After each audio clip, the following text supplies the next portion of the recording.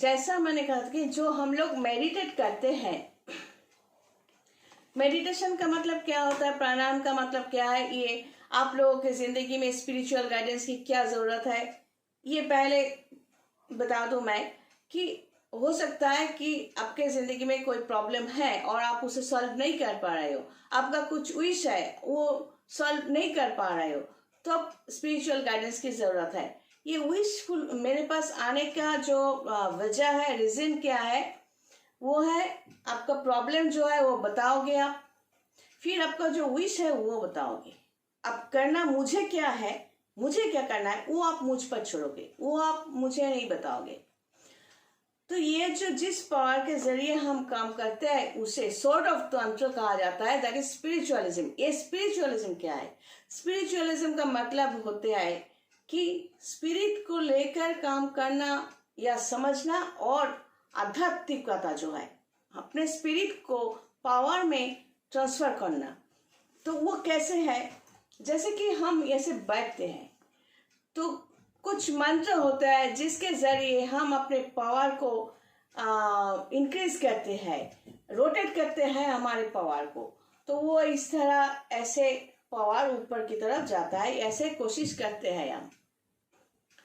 तो देखिएगा ये इस तरह बैठने से क्या होता है, चलने फिरने के टाइम पर भी होता है, ठीक। ये जो बाहर जो डॉट दिया हुआ है ये है एथरिक पावर, मतलब आपके जैसा एक और एग्जिस्टेंस जो धीरे धीरे जितना ऊपर जाएगा वो मार्च हो जाएगा बताश में वो मार्च हो जाता है।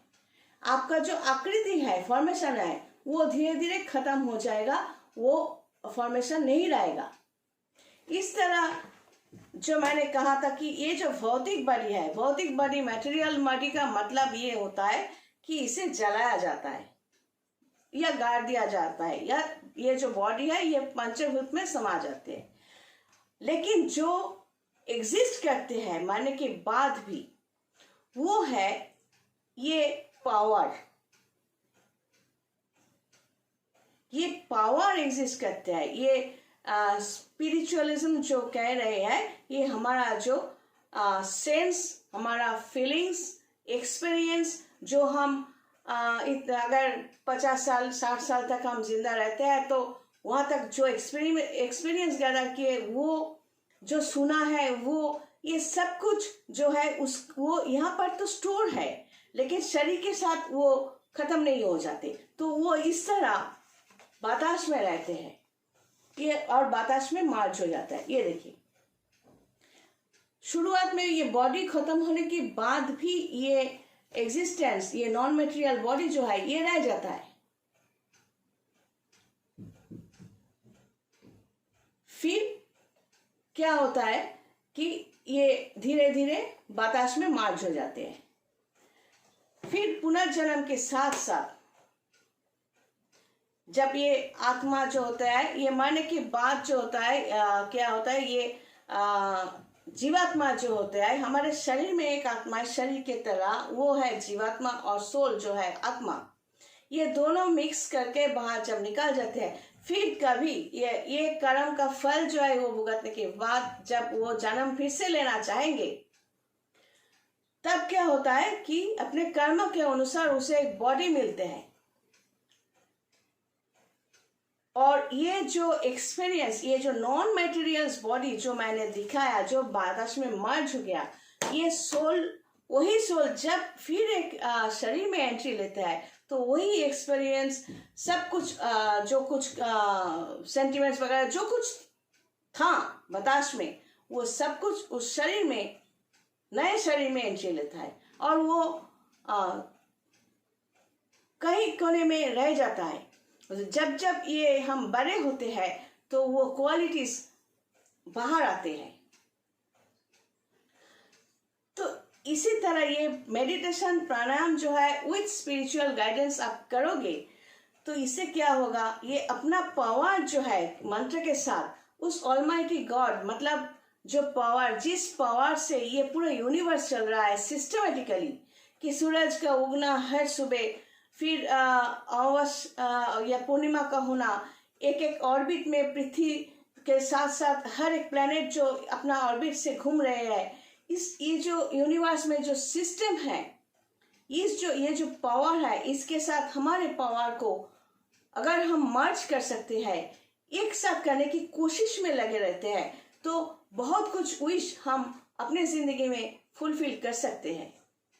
मैक्सिमम टाइम देखा जाता है कई इंसान ऐसे होते हैं कि जिन लोगों के लिए ये किसी फैमिली में पैदा होना, फिर पढ़ाई लिखाई हो या ना हो, जो भी हो, ये जिंदगी बिताना, शादी करना, प्यार व्यार करना, फिर बच्चा, फिर बूढ़ा हो जाना, फिर रिटायर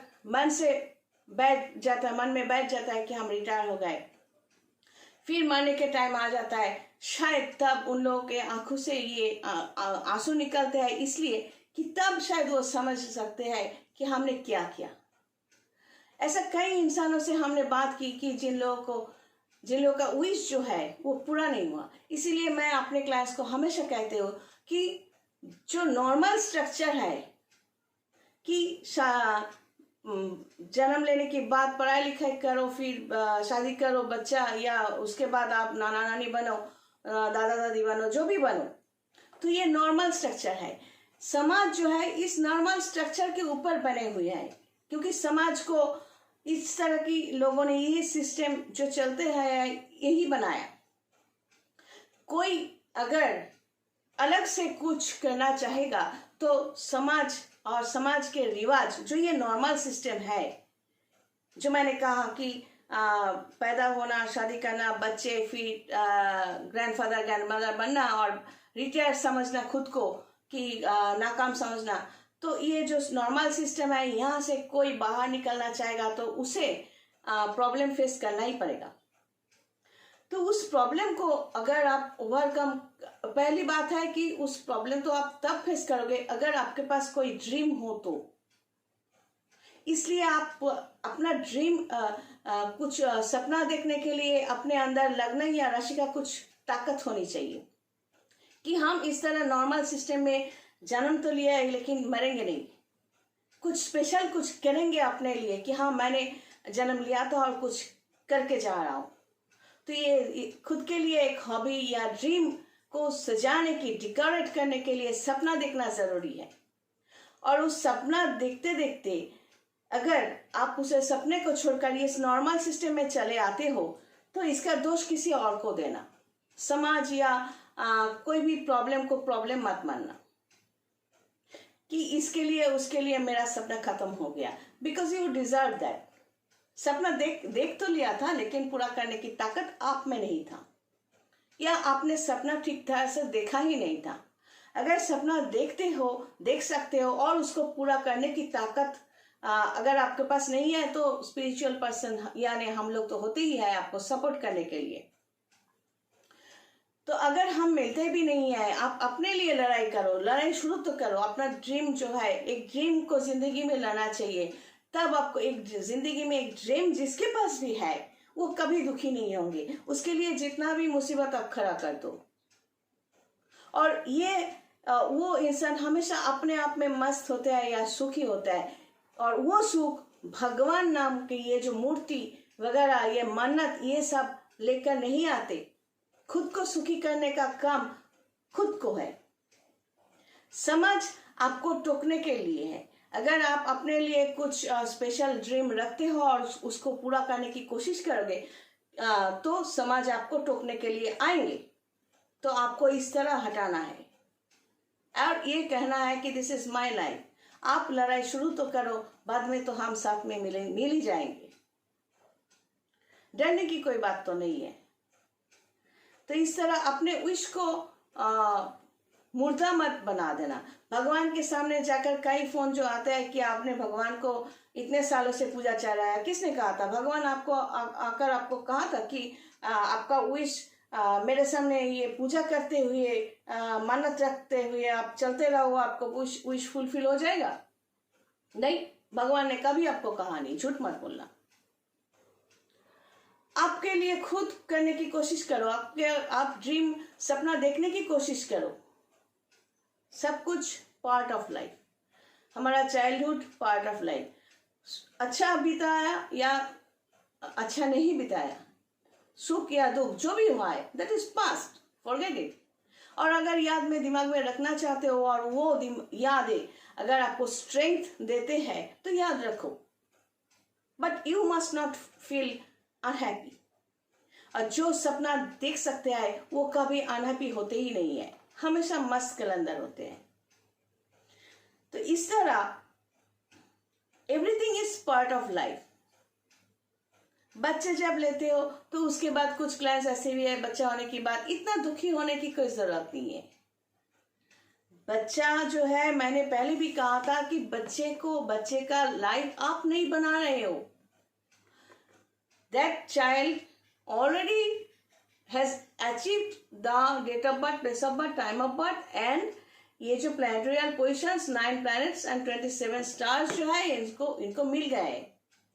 और इसके बल पर इसका जिंदगी जो है ये आप इसके लिए सोचोगे या नहीं सोचोगे। आपको सोचने से कितने माँ बाप तो अपने बच्चे के लिए कितना सोचते हैं। चिप्स मांगा नहीं तो ची के नाम से जो कुछ है सामने लाकर खड़े कर देते हैं। तो वो बच्चे आगे जाकर बहुत कुछ अपने माँ बाप के लिए करते हैं क्या? तो मतलब है उस बच्चे का रंग ढंग या माँ बाप का सपोर्ट मिलेगा या नहीं मिलेगा, ये तैयार है, ये प्रीडेस्टाइंड है। और वैसे भी वो बच्चा अपना कर्म को क्या करेगा वो भी प्रीडेस्टाइंड है।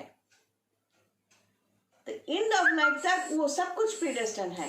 तो ये जो बच्चा जब हो गया है, तो स्पेशली फॉर गर्ल्स, कि आप लोग इतना उदास क्यों हो जाते हो। उसके बाद जो है ये बच्चा हो जाने के बाद इनका लाइफ जैसे कि वो जो आपका ड्यूटी है वो करने के बाद अपने लिए एक आप लोगों को अपने लिए एक टाइम जरूर रखनी चाहिए। अगर आप बिकॉज ऑफ योर फैमिली अपने लिए समय, अपने खुशी के लिए समय नहीं रख सकते तो you are responsible for that. और अगर आप इनकम करते हो तो आपके लिए, खुद के लिए वो समय आपको रखने ही चाहिए, आपका ड्रीम को फुलफिल करने के लिए, अपने आप को खुश करने के लिए। अगर आप नहीं करते you are responsible for that. इसके लिए ये दुखड़ा सुनाने के लिए भगवान को चुनते हो, भगवान का दिमाग खराब मत करना। भगवान ने कभी ये नहीं कहा कि अपना खुद का ड्रीम आप देख नहीं सकते, और देखते भी हो उसे पूरा नहीं कर सकते, उसके लिए चल नहीं सकते, खुद को सुखी करने का काम खुद कर नहीं सकते और मुझे दोष देते हो और मेरे सामने आके ये दिखाते रहते हो अगरबत्ती, वो भी उधार लिया हुआ, केला भी देते हो वो भी छोटा वाला। भगवान के ऊपर इतना टॉर्चर मत किया करो। जो करना है पहले अपने लिए करो, भगवान अपने आप आकर सपोर्ट करते रहेंगे।